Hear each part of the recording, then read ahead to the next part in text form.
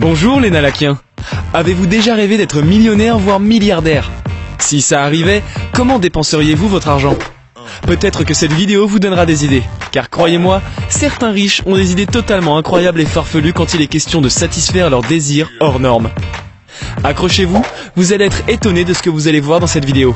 Les 10 plus grosses folies de milliardaires. Avant de commencer cette vidéo, comme d'habitude, je vous invite à pulvériser, non, que dis-je, à atomiser le bouton des pouces en l'air et bien sûr à nous rejoindre si ce n'est pas déjà fait, en n'oubliant pas d'activer la cloche des notifications. C'est très important pour que nous puissions faire grandir cette chaîne tous ensemble. Si c'est fait, alors c'est parti!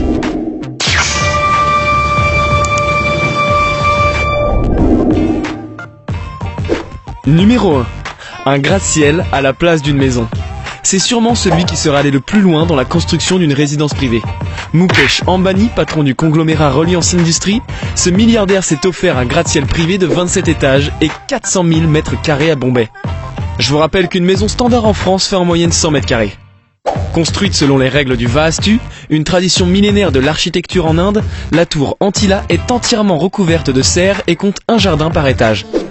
Un cinéma, une piscine olympique, 3 héliports au sommet, 150 places de parking, et il faut 500 employés pour assurer son entretien et faciliter la vie des 6 membres de la famille du milliardaire.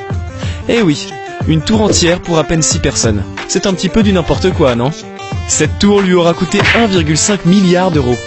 Dites-moi comment vous auriez dépensé 1,5 milliard d'euros. Je suis sûr que vous ne l'auriez pas investi dans un gratte-ciel. J'ai hâte de voir les commentaires. Numéro 2. Octobre 2013.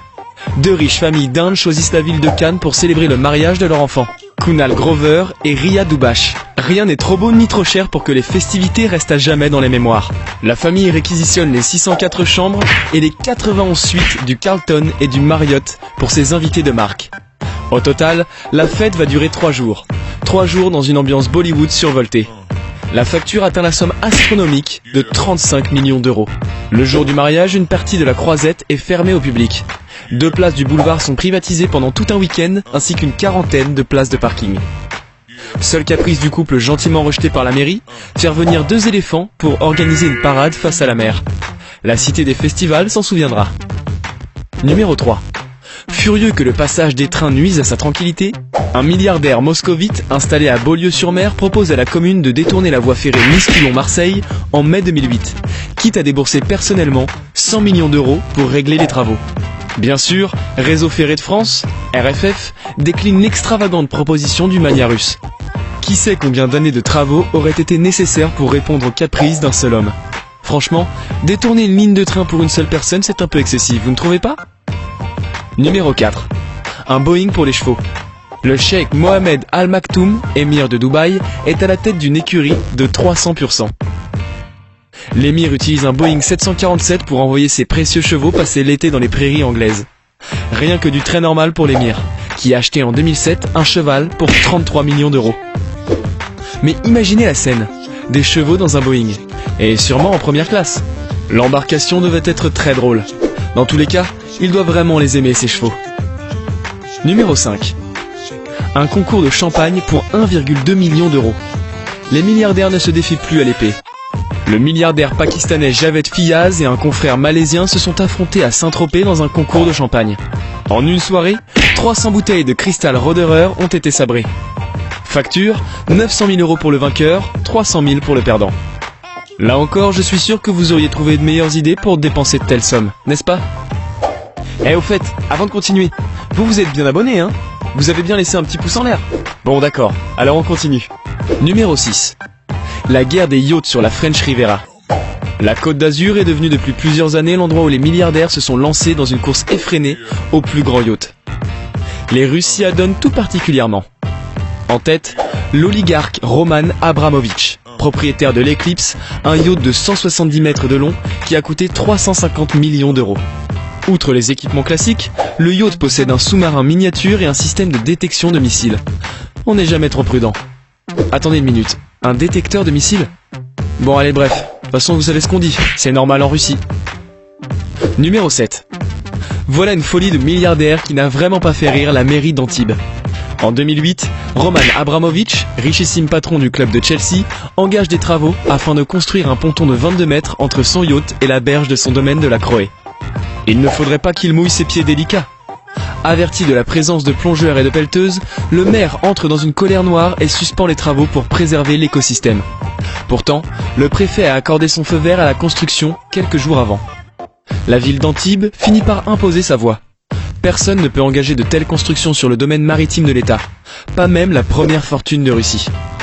Comme quoi, même avec beaucoup d'argent, on ne fait pas tout ce qu'on veut. Je suis heureux que l'écosystème ait pu être préservé. Numéro 8. Démonter une chapelle pour la remonter à Antibes. C'est encore en Russie, et encore une histoire de mariage. En septembre 2005, le multimilliardaire Andrei Melnichenko épouse la top modèle Alexandra Kotovich, élue Miss Yougoslavie 2002.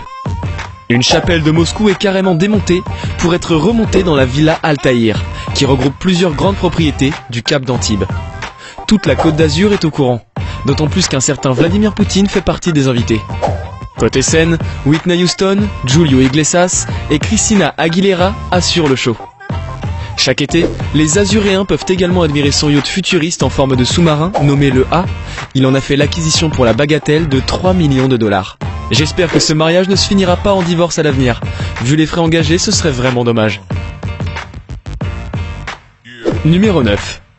Alors que le tourisme spatial est encore à l'état de projet, le milliardaire américain Charles Simonyi, qui a fait fortune en créant des logiciels pour Microsoft, n'a pas hésité à dépenser 60 millions de dollars, ce qui fait environ 44 millions d'euros, pour non pas un, mais 2 voyages dans l'espace en 2007 et en 2010 à bord de la Station Spatiale Internationale. Ça fait cher le voyage, mais si on a les moyens, alors je peux comprendre. La sensation d'apesanteur, ça doit vraiment être quelque chose d'extra. Et puis, voir la Terre de l'espace, ça doit vraiment être un spectacle qui n'a pas de prix. Numéro 10.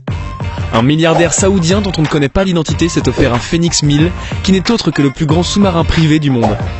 450 mètres carrés d'appartements, dans lesquels on trouve un cinéma, un jacuzzi et une énorme vitre qui permet aux voyageurs d'admirer les fonds marins. Ça me fait vraiment penser aux riches qu'on voit dans les films. Ce sont souvent les méchants d'ailleurs, à bord de leurs sous-marins énormes. Si vous devenez millionnaire un jour, quelle serait votre plus grande folie? N'hésitez pas à me le dire dans les commentaires, j'ai hâte de voir vos réponses. Cette vidéo vous a plu?